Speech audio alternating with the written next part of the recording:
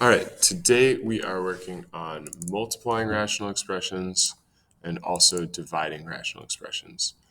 These operations go a little simpler than our adding and subtracting do. So we're focusing on them first. And these are going to kind of apply the same rules that they do with fractions. This is how we set it up in class, where if we're doing fractions, we're just going to multiply straight across. So we'd get 2 times 1 is 2, 3 times 3 is 9. That is a very simple way to get a multiplied fraction there. For division, though, since we are dividing by this 9, dividing by this 7, and then dividing the division of this 9, what happens is we end up keeping that first fraction, changing that second fraction, or the sign to multiplication, and then flipping that last fraction. Once we have that set up, we can just multiply straight across, just like the other one. 2 times 9 is 18, 5 times 7 is 35. And then we can simplify if we wanted to. Which I don't think we can in that case. I think we would just leave it like that. So going into rational expressions, same rules apply. We just got to multiply and divide now with our variables. So I'm going to kind of write an extra step here that you might not need to do, and I'm going to do this in blue, showing what this multiply straight across looks like. So in that first step there, if I multiply straight across, we just get 1 times 2x, and we get 4x squared times 6. Now, the other thing that I kind of note is to simplify early and often. If there's anything we can cross out or simplify here, now is a good time to do it to make it easier, or we can wait until the end if we want to. I'm going to wait until the end on this one, but you probably notice that there's a 2 that would get simplified down. There's an x that would get simplified down. I'm going to multiply this all the way through first, just so we can see the mechanics of it. We get 2x over, this would be 24x squared. Then we can simplify it down to get, looks like we get 1 over 12 would be our numbers, and we'd be left over with just a single x on bottom. And so that would be our answer right there. So example 2, same thing. We're going to multiply straight across. I'm going to set that step up first. You don't necessarily need to do this if you don't want to, but I really like making sure that I can see what's happening. 2 times 4x goes straight across. And when I do this denominator here, the one on bottom, make sure we're using that distributive property, right? Because that x is multiplying with all of this x minus 1. So that multiplies through. If you want to kind of cross out that x right off the bat, you can, if you see that that's going to give you a simplified form.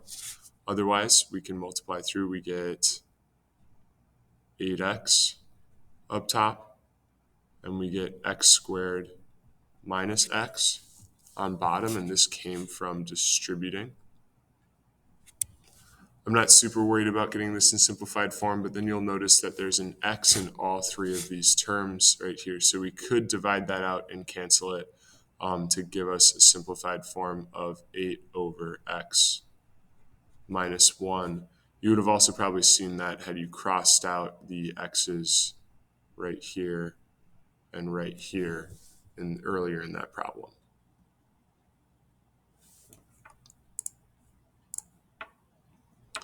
All right, picking up the level of difficulty, we are going to start having to do some more complicated multiplication problems as we do it, and simplifying is going to get more and more tricky.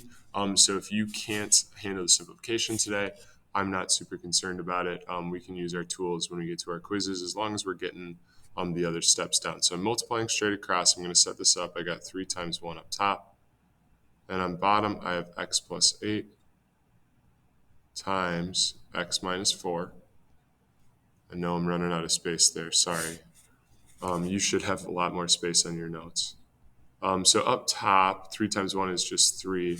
But now I got to go through, I got to do either my box method or distributing. I'm going to do box method on the side real quick here because I know some people really like that. So I have x and 8, x minus 4, So we get x squared, 8x minus 4x, and minus 32. So that would simplify down to we get x squared plus 4x minus 32 on the bottom. And that's going to be it. There's not a way we can really simplify this. If we look back at our problem, there's nothing that we could have kind of crossed out along the way. So this is going to be it. This is going to be what our answer is.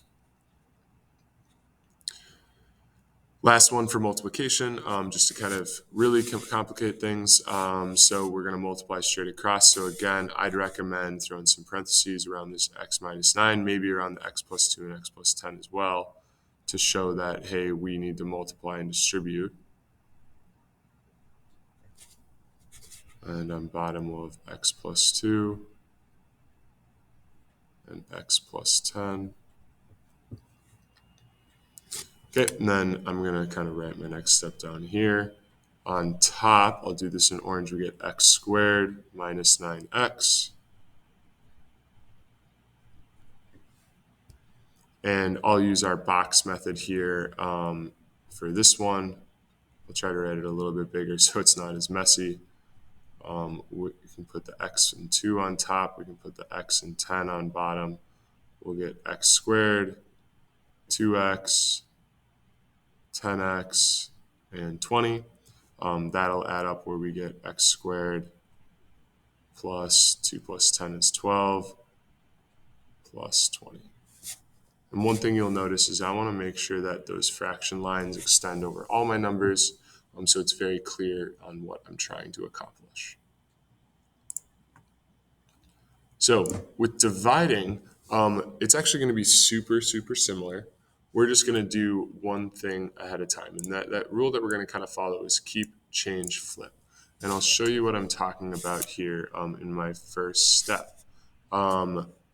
The first thing in our fraction we are going to keep. So we are going to keep this 3x squared over 5. And actually, let me write this down below so it's a little easier for you to see. So first step, we're going to be keep. That's our first instance there. So 3x squared over 5. Then we want to change the division sign to a multiplication sign. So do that step there. And lastly, we are going to flip. And we're going to flip that last fraction. And that's what helps us actually divide this out. So 4 becomes up top. 2x to the third is what happens on bottom.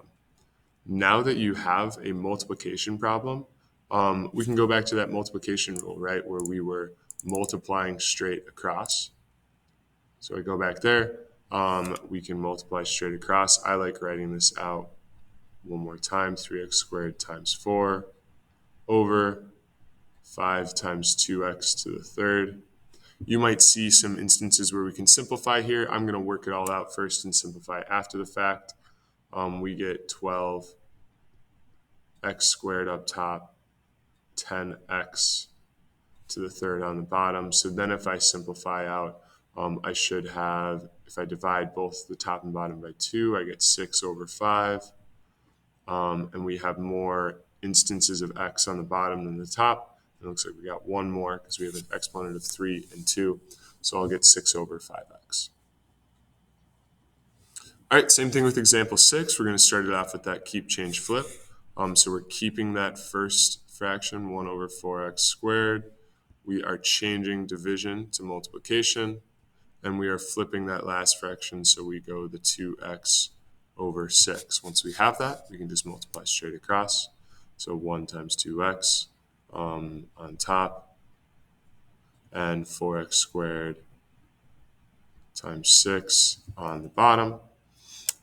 We work through that. We go 2x over 24x squared. And then we can simplify out. You could have simplified in an earlier step if you'd like as well.